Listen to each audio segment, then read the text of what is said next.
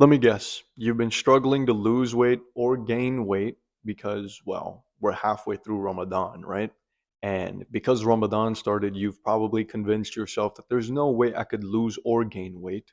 And you probably feel a certain degree of guilt when it comes to that, too, on top of that, because you're going to a lot of these, iftaris where they're eating very, very, I don't want to say processed, but more so heavily oiled and heavily fried food, and you feel as though like every time you eat it you feel guilty because you don't think you should be, because you think you should be on that diet. And so you're in your mind, you're like never cleansed of that guilt, right? And then you're like, okay, it's going to be even worse because I'm going to have to start doing this after Ramadan, and now I've kind of just like undone my progress that I might have had before, if any, right? So I understand that, right? I also understand that a lot of you probably don't know what to eat, right? Especially during Ramadan. For those of you who are, even for those of you who aren't, right, fasting, you understand that, yo, Shay, even if I don't go out and eat at these places or at these people's house, I still don't know what to eat. I don't know what to replace that with, something that would be good for me, right? And in this video, I kind of want to talk about that. I want to talk about how you could bulk or cut during Ramadan, specifically more bulking though, because I feel as though that's harder to do when you're fasting, and there's this misconception that you cannot because you're fasting, right? And I want to talk about your relationship with food, okay? And how to kind of manage that per se, based on the context of what I'll teach you about uh, bulking and or cutting, right? So I want to tell you that I went through something similar, okay? Not even during Ramadan. I just want to say this in general. When I was trying to get my diet together, I always struggled with knowing what I could eat, and also knowing how I can cook that even if I knew like that I wanted to eat that. I also struggled with finding something to make that would be time efficient. Okay. So how like I had so many questions, and I would look online for these questions too. I'd look at all these influencers, but all they had was, yo, what I eat in a day. And they'd make these short videos where it seemed like heavily unrealistic. Like for example, um, they'll have like 5 or 6 meals in their entire day. And I'm like, where are you getting the time and the effort to cook all this, let alone make it look so good? And then at the same time, be sleeping at 4 hours. It doesn't make sense. Even during some of these Ramadan schedules that I see sometimes online, where it's like, oh, yeah, I go to sleep after Tarawih and then I wake up for Fajr and then my day starts then. It's like, cool, wake up for that. I do as well, right? But you're not even getting any sort of sleep at all on those schedules. You can't maintain that. And that's the problem. A lot of us have this issue with dieting because we fail to look at how to be able to maintain that. Okay. That's something you have to understand. People, when they think about diet, the biggest issue that I've seen, that I've talked to people about, is the framework at which they look at dieting. Because think about it, right? When you hear the word dieting, what do you think? You think you're going to have to go on some stringent thing where you can't allow yourself, you know, to eat this or eat that, and that you have to stay within this, or that if you go out, you won't allow yourself to eat at all with your friends and enjoy yourself. And then your friends will be like, well, this guy's a loser. Like, I don't want to invite him anymore. He's weird, right? Or she's weird. First of all, if you have friends like that, dip, like, okay, because like if they're not promoting you from going after your goals. But again, I digress. Um, so let's think about that, right? My framework is centralized around maintaining. That's what I teach my clients too. Not to make this like some sales pitch or anything, because this is free content. I just want to teach you, but it's heavily based around maintaining your diet. What can I maintain? And I want you to think about it more specifically like this, right? Do you think that, because I know a lot of you have these restrictions, do you think that you could go to no one's house during Ramadan, Sahur, or even any dawats and stuff like that, right? Which are gatherings. Do you think you won't be able to go to any of those and then cut out all the restaurants you go to and slowly only eat whole grains, which would be, ideal, right? Or sorry, whole foods, and just be able to eat healthy all the time? Do you think you can maintain that? Do you think, based off your diet right now, that you can maintain that? Based off the diet where, you decide to binge eat, where you decide you want to eat whatever the hell you want because you don't know the other two meals that you want to cook. So you just decide, okay, I'm just going to eat out at Chick-fil-A on campus, or I'm just going to eat this because, well, it's here and it's ready. Okay. It's like I can open the packet, boom, go for it. And it might not be that great for me. It's unrealistic to think you could do that. And that's what stops people from having the sort of mindset that allows them to maintain diet. People think it's a binary of, oh, okay, either my diet's healthy or either my diet's not healthy. When in reality, most of the foods you're going to eat are going to vary on a continuum or a spectrum. Okay, that's how I want you to see it. Most of your foods are going to be, even the healthiest foods, there's going to be there's so much processed stuff in most of the food that's being like put out into the market, and since that's what most of us can afford, to some degree there's going to be some health concerns. There are going to be some preservatives in there aren't like that aren't great for you, right? Because that bagel or that bread that sits on your desk for 9 months looks the exact same, hasn't gotten any more, no nothing. There's no way that's real food, right? So to a degree, there will be that factor of unhealthiness, okay? There will be, okay? It's just how unhealthy is it? It's not whether it is healthy or whether it's unhealthy, how unhealthy or how good it is. Okay? So that's the first thing. Understand that food is on a continuum and not binary of yes and no unhealthy, okay? That this makes it a lot easier, um, because then you're not just like, oh, this is unhealthy. And I will say though, relatively speaking, it depends on where your diet is at that point in time, right? Because let's say you're eating junk food the entire day, right? And then you go to eating, I don't know, let's say some eggs, right? Eggs, generally speaking, are really, really healthy choice, like really good. But you go to eggs, like from that perspective, you're going on to something healthier, right? Another thing I want to address, another mindset on the same thing is, again, maintenance. So, like, can you maintain the diet? And typically, what happens is people see diet a lot like this, right? I want you to imagine that negative 100 is kind of like, how do I want to say this? Um, yes. Okay. So I want you to imagine that negative 100 is kind of like where you are in terms of your diet progress, right? So negative 100 would be like really, really bad, right? You're eating really unhealthy foods that aren't particularly great. Again, those foods are on a spectrum, so they're more unhealthy than other foods. So that's the state of your diet right now. Negative 100 is like the worst diet possible. You're probably starving yourself to death and you're still not eating good stuff that gives you any sort of energy, okay? Now, positive 100 is like the ultra uber healthy diet that I talked about that most of you can't maintain. You cannot maintain that for a long period of time, right? And then 0 is kind of like neutral. The thing I've noticed when it comes to diet as well is when people are transitioning to a healthier diet, they tend to think that they need to go from negative 100 or negative 50 or wherever they are in their diet journey to positive in order to make progress, when that's not true. You can be less negative and make progress. You don't have to be like, oh, think about it like this. You don't have to go from my first meal of the day is cereal, which is like for the most part, like from my perspective, not great breakfast. Okay, not great. You don't have to go from that to eggs immediately. You don't, because what your mindset is, oh, if I'm not eating eggs, then I'm automatically eating unhealthy. Okay.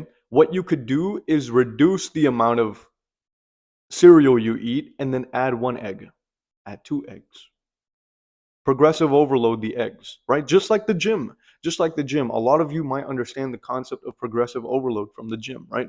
What do you do in the gym? You get stronger, you put on more weight. Boom.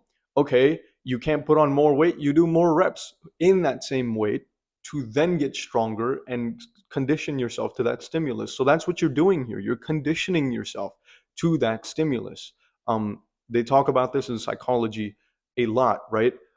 Especially when it comes to like reward psychology or Skinner's, conditioning. They talk about this. They talk about how, you kind of have to have some sort of reward mechanism or else you're not going to be able to transition from one thing to another. Like you need some sort of reward for that diet. And what's great about like transitioning into the diet instead of just cold turkey going to that is that you reward yourself with the same like shitty food essentially, um, that you're trying to get off of, but just less of it, and then you slowly add on the healthier food. You don't go from cereal to eggs. You go, okay, I'm gonna have less cereal, maybe half a cup, and then you're going to have what is it?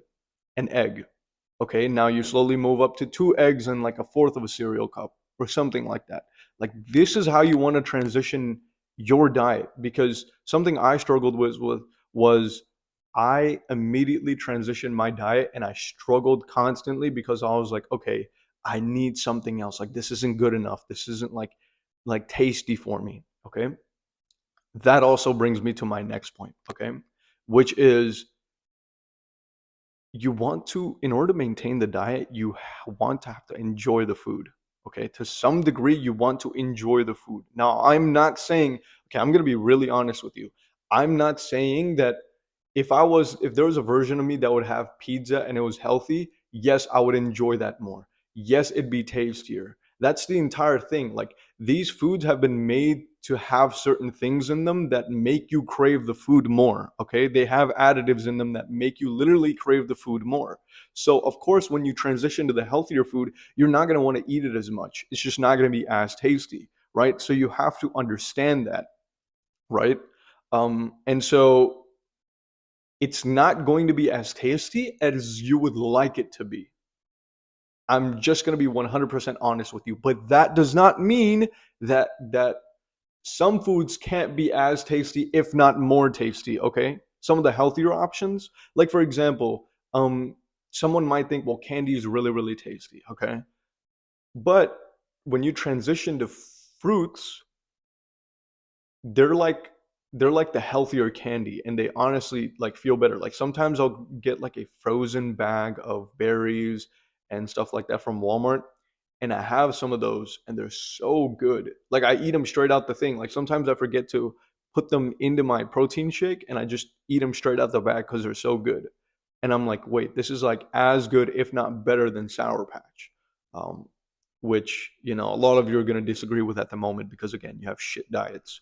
Um, but yeah, you have to understand that to some degree, you have to get it out of your head that this food, like you can't have the expectation that this food will be tastier, because healthy food sometimes it's not.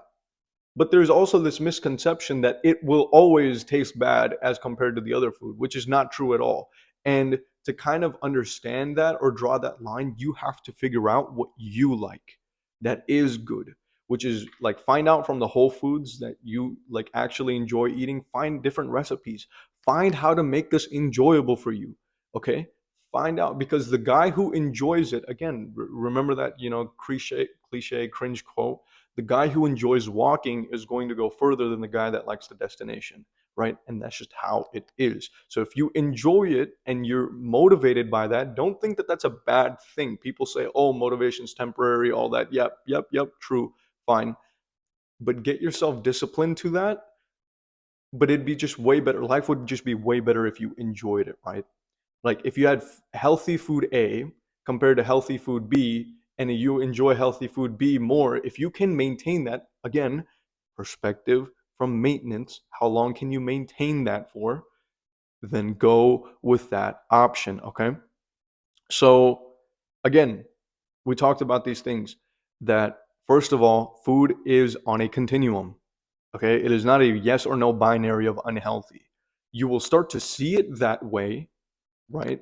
Because of relative to where you are within that, like within your diet, right? Whether you're in the negatives or the positives, but just understand that having that progress of having that mindset of progress is you can also be less negative rather than having to always go into the positives and be more positive. That is also a thing, right? Because when you're getting less negative, you're technically going more positive too, right? When you when right, because the value of like -10 is greater than the value of -20, right? So you have to see it from that perspective, and that will kind of alleviate your mind from always being like, oh my god, like I ate this today, I'm making no progress, or like, oh my god, like um this food is objectively unhealthy. It's like, yes, maybe relative to where you are, but it's more on a continuum than anything. And if you have less of it, that's more progress, in my opinion, because some people will try so hard to tell you that, like, they'll have this, like, oh my God, you need to man up. You need to, like, get on this diet, which is true. Like, to some degree, like, if you know what's good for you, you want to be on a healthier diet. You ideally do. I'm not going to disagree with them. But my transitioning process is a little bit different because you want good progress if that comes at the cost of being a little bit slow about it. Okay. So what's going to happen is, again, you're going to transition one meal, and then you're going to transition the second meal, and then the third meal. As for those of you who don't know what to eat, you're going to have to figure that out, because if I gave you what I eat, chances are you're not going to like it very much. Okay. Because you have to think that I'm also someone who's trying to teach people about this stuff and trying to be healthy. So I have to kind of be in the best condition, right? But if you really wanted to know, I have 1,000 calorie protein shake. I have some oats that I eat and eggs. And then occasionally, if I need more calories um, for that day, if I haven't gone to like a suhoor and iftar, which is something I'm going to get to, by the way, how you can go to these places and still enjoy that food. If I haven't gone to those places, I'll just have some egg fried rice.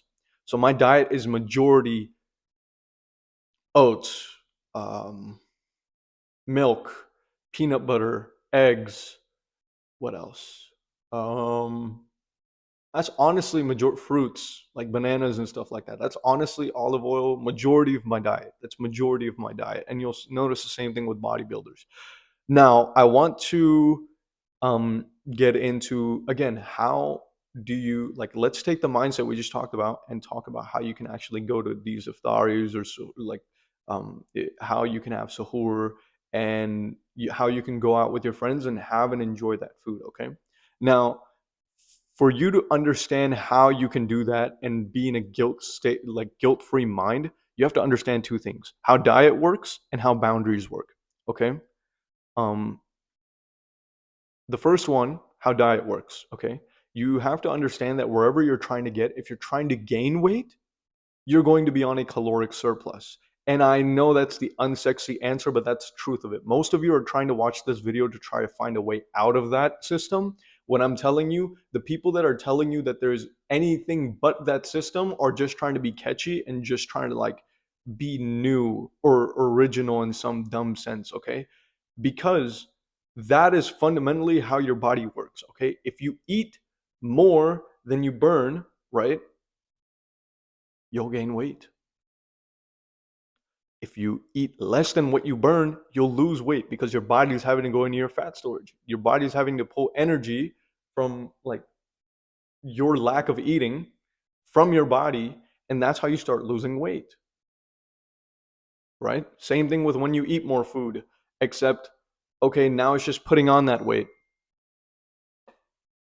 Wow, who would have known, right? So I want to address that. Like how do you go out? It's by knowing the calories, okay? Ideally, best case scenario is you go somewhere, a restaurant, and you see the caloric intake on there, and you're like, okay, sick. Um, let me let me eat this. This is 1,000 calories. This fits within my macros, okay? sick. Okay. That way you don't have to feel bad. But in many cases, that is not the case. There's not going to be the caloric intake. There's not going to be, um, again, you're not going to know the caloric intake because sometimes the auntie's house that you're going to go to is going to have a salad that has like so many things mixed into it, like that curry that has like everything on God's planet mixed into it, right? You're going to have that. You're going to have that, and you're not going to know the calories to it. Okay. And it's going to feel a little bit weird, like, hey, auntie, like, what are the calories on this? Like, it's going to be a little bit weird, right? So, this is where boundaries come in. Okay. And this is how you set kind of healthy boundaries with yourself. Instead of thinking about what you can't eat on that day, what you can and can't eat on that day, I want you to think in the perspective of a week or a month. Okay. When you do this, you shift the timeline and suddenly you don't have to feel guilty for that specific day because if you feel guilty for that day, chances are you're going to feel guilty every day you have that kind of food. Okay? So I want you to set boundaries in terms of what you can and can't have in terms of a day because it's hard to think about it calorically. Um it's really hard to think about it calorically. Okay. And because that's difficult, you need to think about it in terms of days within like the week or the month. So, what do I mean by this, right? Let me be more specific. So, let's say you go to some auntie's house Friday, Saturday. That's typically when dawats happen. Or you go to, iftaris at your campus, right? Or iftaris at the masjid, right? What you want to do is set out those days and be like, hey, these are the days, and this is going to depend on you, how many boundaries you set for yourself. So you need to be really honest with yourself. Um, you can be like, okay, these days I can eat whatever the hell I want at that specific meal time. Okay, at that specific meal time. This is the reason why I still have you building your diet, right?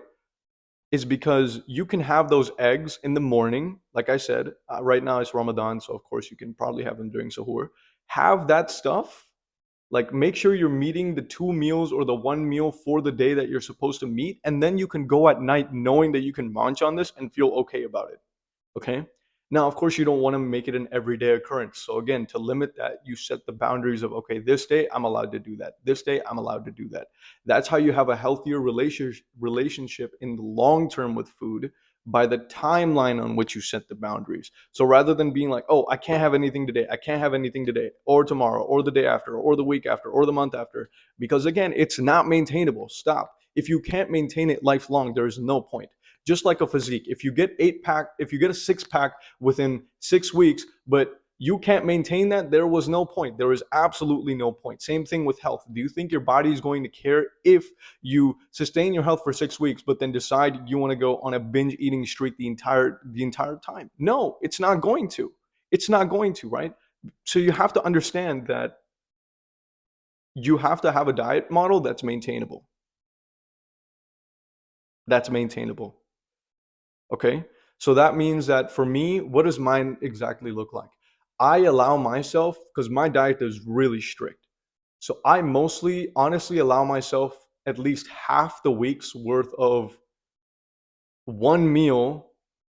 So, like, let's say half the week is what, 3, 4 days, right? I can have out of those 3 days, each day I can have one meal of whatever I want, wherever I want to go to suhoor or iftar or anything. And even then, I get my two meals in that I have all the time, my oats or my protein shake or my eggs. So I don't feel guilty because in the long scope of things, it's not going to affect it too much. I'm not trying to be an IFBB pro. I'm just trying to be healthy, have a good physique, and teach you how to do so. Understanding that is key. Okay. Um. What else? What else? Uh.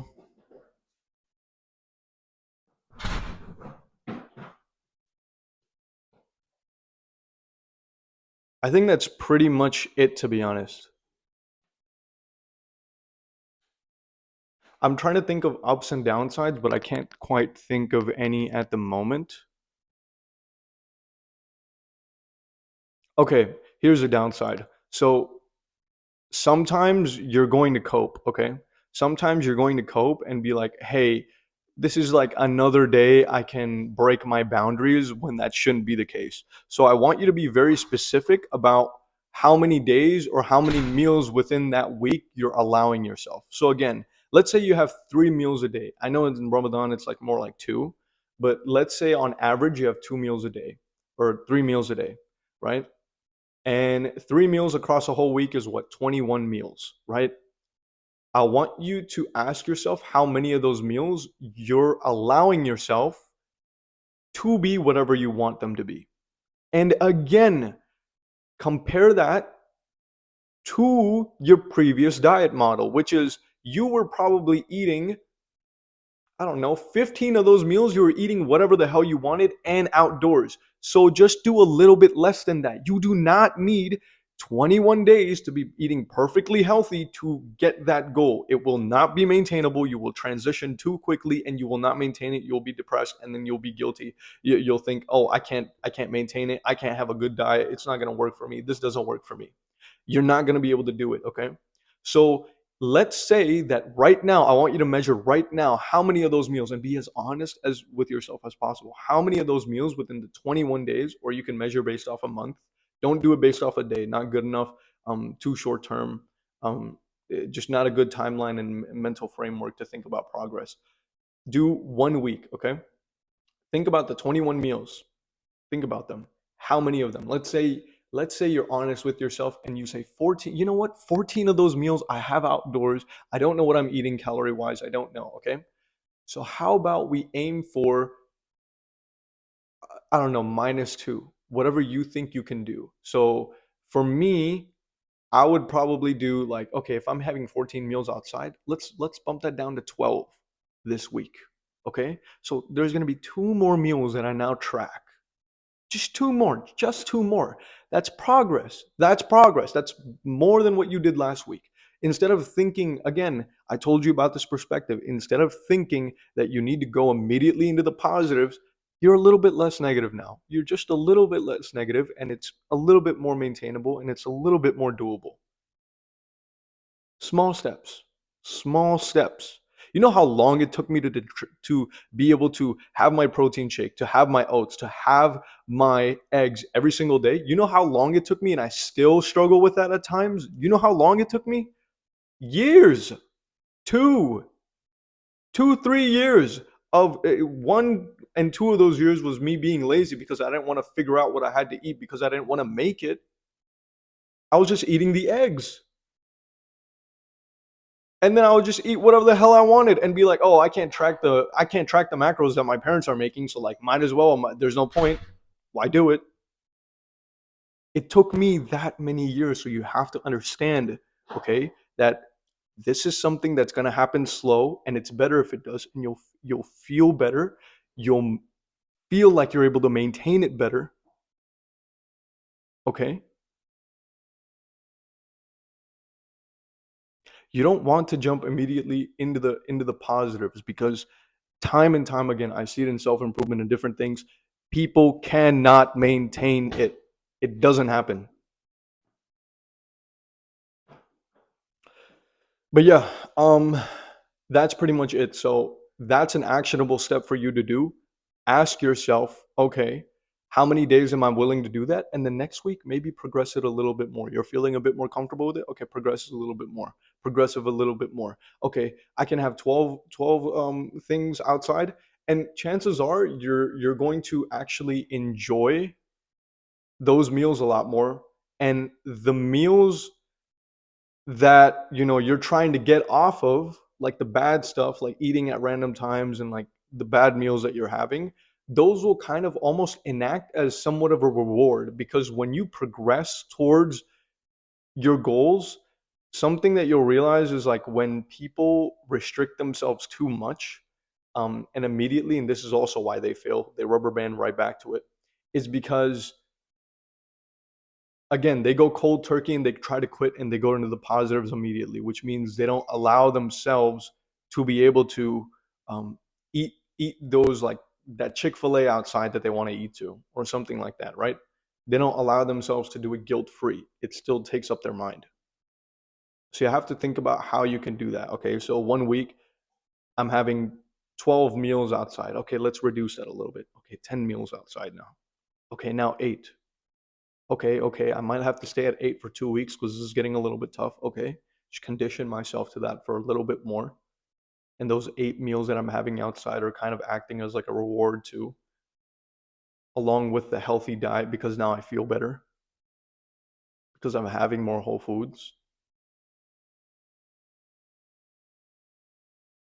Think about it like that, and that becomes a lot healthier, becomes a lot easier.